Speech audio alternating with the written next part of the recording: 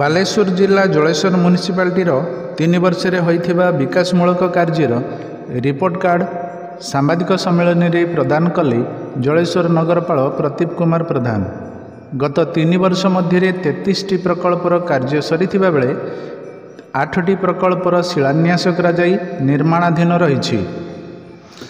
ଏହା ସହିତ 7ଟି ବିକାଶମୂଳକ କାର୍ଯ୍ୟ କରିବା ପାଇଁ ପ୍ରସ୍ତାବ ମ୍ୟୁନିସିପାଲିଟି ପକ୍ଷରୁ ପ୍ରଦାନ କରାଯାଇଅଛି, ଯାହା ଜଳେଶ୍ୱର ବିକାଶର ଧାରାକୁ ବଜାୟ ରଖିଛି ବୋଲି ଆଜି ଜଳେଶ୍ୱର ମ୍ୟୁନିସିପାଲିଟି କାର୍ଯ୍ୟାଳୟ ପରିସରରେ ଆୟୋଜିତ ଏକ ସାମ୍ବାଦିକ ସମ୍ମିଳନୀରେ ସୂଚନା ଦେଇଛନ୍ତି ନଗରପାଳ ପ୍ରଦୀପ କୁମାର ପ୍ରଧାନ।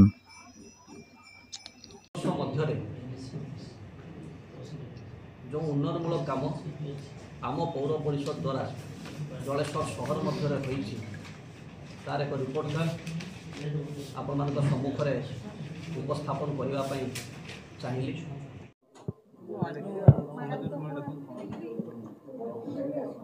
गत 2022 मसीह जो पौर निर्वाचन होता से पौर निर्वाचन रे जलेश्वर सहरवासी मत जलेश्वर सहर अध्यक्ष भाव में निर्वाचित करने सह श्रीमती पुष्पप्रिया कामिला को उपाध्यक्ष भाव निर्वाचित करते।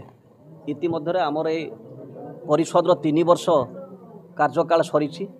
ये 3 वर्ष मध्य आम द्वारा कौन उन्नयनमूलक काम आम सहर मध्य तार एक रिपोर्ट कार्ड मु चाहिए आपण माध्यम जलेश्वरवासी निमंते प्रदान करने।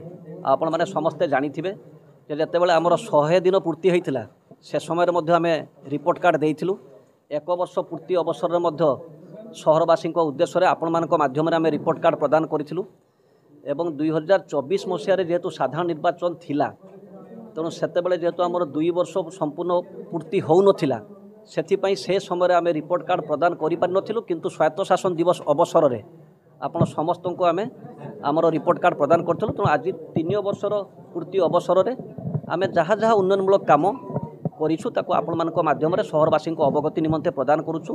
एक उत्तरदायी प्रतिनिधि मंडली भाव में मु विश्वास रखे जे जहाँ आम काम करुचु प्रति वर्ष आपण माध्यम लोकंकर नजर को आणबू एवं जहाँ प्रस्ताव पुणी लोकों पाखु आसब ताकू मध्य नहीं आम आगामी दिन में काम करूँ। धन्यवाद।